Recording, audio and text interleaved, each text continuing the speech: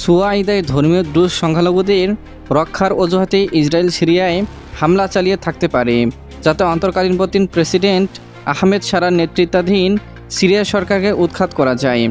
সিরিয়ার social nationalist পার্টির সদস্য তারেক আহমেদ রুশ সংবাদ মাধ্যমে স্পুটনিককে এ কথা বলেন। তারেক আহমেদ বলেন, সম্ভবত ইসরায়েল আহমেদ শারার জন্য একটি ফাঁদ তৈরি করেছিলেন।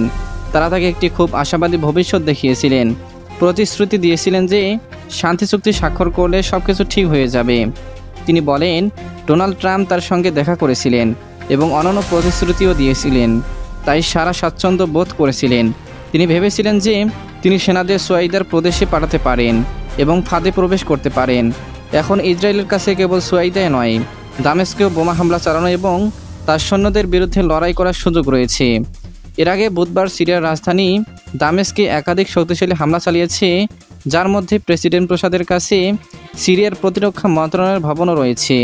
সুয়াইদা প্রদেশে আরব সংখ্যালঘু গোষ্ঠী দ্রুজদের সমর্থনে এ হামলা চালানো হয়েছে বলে দাবি করেছে ইসরায়েল সরকার। উত্তেজনা বৃদ্ধির সঙ্গে সঙ্গে ইসরায়েল বর্তমান সিরিয়া সরকারের দুর্বলতাগুলোকে কাজে লাগানোর জন্য কৌশলগতভাবে নিজেদের অবস্থান তৈরি করছে বলে মনে হচ্ছে। আহমেদের ভাষ্য, আমি বিশ্বাস করি পরিস্থিতি খুবই বিপজ্জনক। এতে জড়িত উভয় পক্ষের ঝুঁকি অবিশ্বাস্যভাবে অনেক বেশি।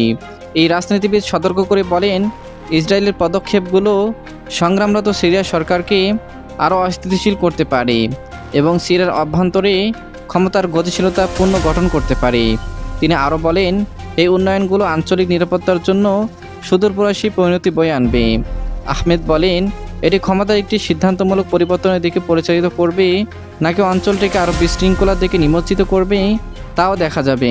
তবে একটি বিষয় স্পষ্ট, দামেস্কের জন্য যে ফাঁদ তৈরি করা হয়েছে তা সুদূরপ্রসারী পরিণতি হতে পারে, যা সীমা ছাড়িয়ে বিস্তৃত হবে।